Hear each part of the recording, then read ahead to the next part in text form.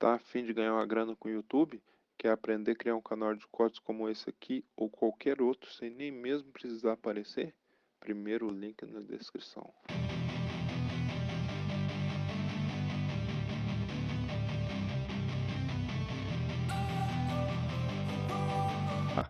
Isso aqui eu aprendi até nem foi só com a Bíblia, não, foi com a cultura hindu.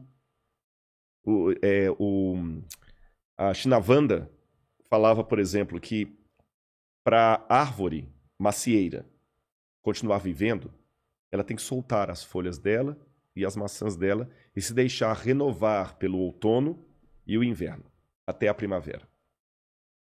E ele fala, o ser humano é a única árvore que no outono não quer soltar as folhas.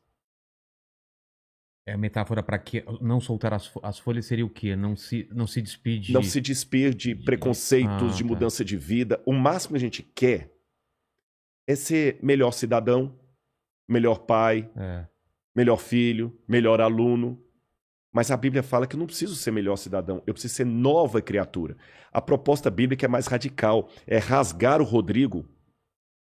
Por isso que Jesus falou uma vez com Nicodemos, falta uma coisa para você, Nicodemos, você tem que nascer da água e do Espírito.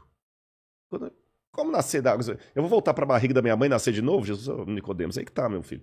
Jesus também é um cara bem-humorado, eu falei isso com você. Então, a gente estava conversando sobre Ele isso. falou, olha, se eu tô falando das coisas da terra, você não tá entendendo, como é que você quer que eu te fale do céu? Aí ele usava metáfora, parábola, exagero. E Jesus jogou direto. Mas são as ferramentas que a gente usa para fazer piada. Exatamente. Né? Só que não parecem piadas porque ressoavam na época, né? Não é? O que eu vou falar aqui vai surpreender muito. Tá. Jesus não era um comediante, mas ele usava a mesma ferramenta dos comediantes para atrair a atenção das pessoas. E ele desafiava. Jesus despia você só com o olhar e com as palavras dele. Você falou uma coisa muito interessante fora do ar para mim, eu achei interessante que eu te fiz uma pergunta, falei assim, olha, lá na hora da live você vai me entrevistar, né, do podcast, mas aqui eu quero te fazer uma pergunta. Você tava me entrevistando. E eu perguntei assim, cara, como é que é fazer humor hoje? Porque o mimimi tá tão grande que se você escrever na internet assim...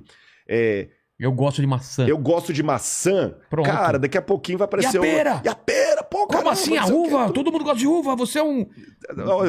Uvofóbico? Uvofóbico. Né? Você fala salada de frutas, por quê? Por que misturar todas as frutas? Cada fruta tem sua individualidade. Exatamente. Você tá no, e não é uva, lugar de fala. é UV. É UV. É UV. Não é maçã, é macê. É macê. Então, sabe, é meio complicado esse negócio. Aí você falou comigo, explicando ali até que o humor é o exagero. Quando você falou isso, eu lembrei. Na época de Cristo, e eu não esqueci que eu ia dar um exemplo prático da mudança, hein? Era a hipérbole, o exagero que trazia atenção para o humor. Então, quando Jesus falava assim, é mais fácil passar um camelo no fundo de uma agulha do que um rico entrar no céu, o povo riu. Com certeza, né? Riu. Porque é um exagero. Era um exagero. Olha, se alguém olhar para a mulher com intenção impura, já adulterou. Mas só que era uma risada.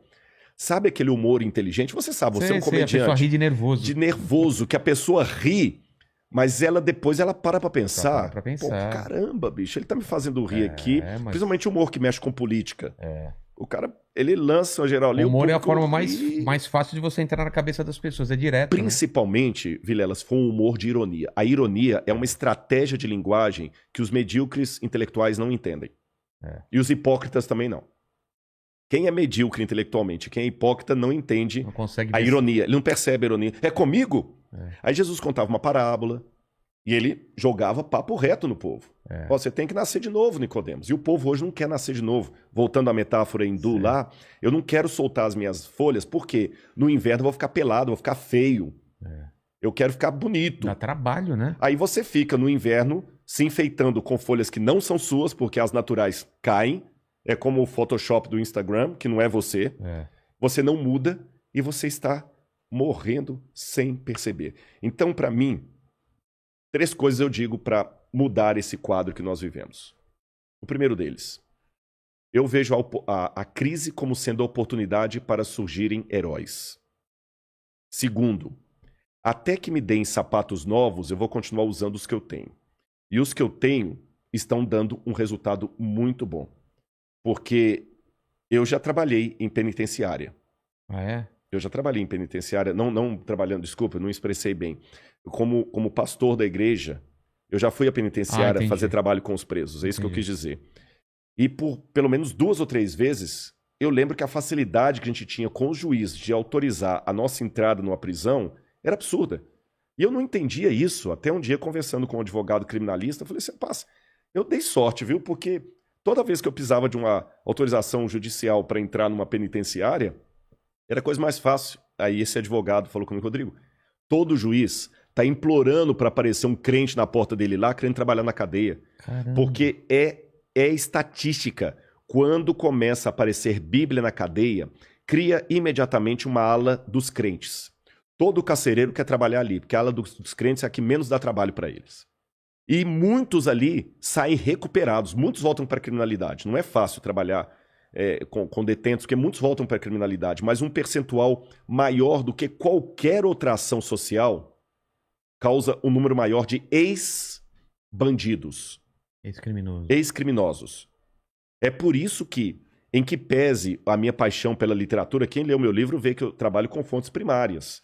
Se eu estou falando de Nietzsche, eu cito Nietzsche. Tá. E procuro alguma coisa, até ver assim, se eu não conseguir ler o alemão puro, pelo menos o mais próximo da tradução para entender. Mas apesar de toda a minha devoção pelos clássicos que eu acabei de falar, eu tenho muito claro para mim que se eu jogar José Saramago numa penitenciária, dificilmente eu vou ter um grupo de ex-detentos, ex-bandidos, porque leram José Saramago.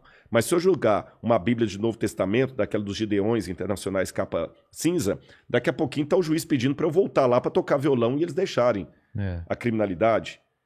Então, essas oportunidades de crise fazem surgir heróis. Eles nunca vão ser a maioria. Então, não estou preocupado com o que você chama de herói? Herói é aquela pessoa que não está preocupado em ser dos Avengers, do Marvel. Ele sabe que o Marvel é entretenimento, não é estilo de vida. Ele não está preocupado... Não é esse tipo de herói. Não é esse tipo de herói. Não é aquele herói do Velozes e Furiosos, que é o estereótipo do cara que eu não queria como vizinho no meu condomínio, dirigindo na rua que meu filho brinca. Exatamente. Você tá entendendo? O cara dirigindo de ré a 100 km por hora. E o cara fortão, aquela coisa toda. O herói sabe quem é? É aquele que faz o que todo mundo deveria fazer, mas a maioria negligencia. Vou dar um exemplo. Madre Teresa de Calcutá. Ela ganhou um prêmio Nobel. O prêmio Nobel de Madre Teresa de Calcutá é o poder heróico dela, que ao mesmo tempo revela a fragilidade da humanidade. Porque o que Madre Teresa fez é o que todo mundo de sã consciência deveria fazer. Mas como a maioria não está fazendo, o dia que uma mulher faz, ela vira santa e ganha um prêmio Nobel. O prêmio Nobel de Madre Teresa, bem merecido, bem dado, é um prêmio mais vergonhoso da humanidade. Eu vejo isso também em rede social. Quando alguém faz uma coisa totalmente normal e que deveria ser padrão... De todo mundo. Nossa, ele tá lavando a louça pra mulher. Pra mulher. Nossa, ele tá cuidando dos filhos. Nossa, a mulher trabalha e ainda ela tem tempo de cuidar da... Sabe? São coisas... Esses, cara, pra mim, são os heróis, você tá entendendo? Exatamente. O herói é aquela senhora... Que tá lá fazendo todo dia, 5 horas da manhã, com o risco de pegar Covid no metrô, porque ela não tem nada a ser a máscara e tudo, e sustentando os filhos, porque o safado do marido já abandonou ela com os 5 filhos no bucho ali. E ela tá ali trabalhando de sol a sol, pegando energia de onde não tem. Você tá entendendo? Essa mulher é a heroína. Porque às vezes... Sorrindo, na maioria das vezes, indo com alegria, né? A gente tem aquele espectro de herói muito Marvel. E a gente traz isso pra realidade. Que é uma coisa até individualista e até egocêntrica, né? Não diz que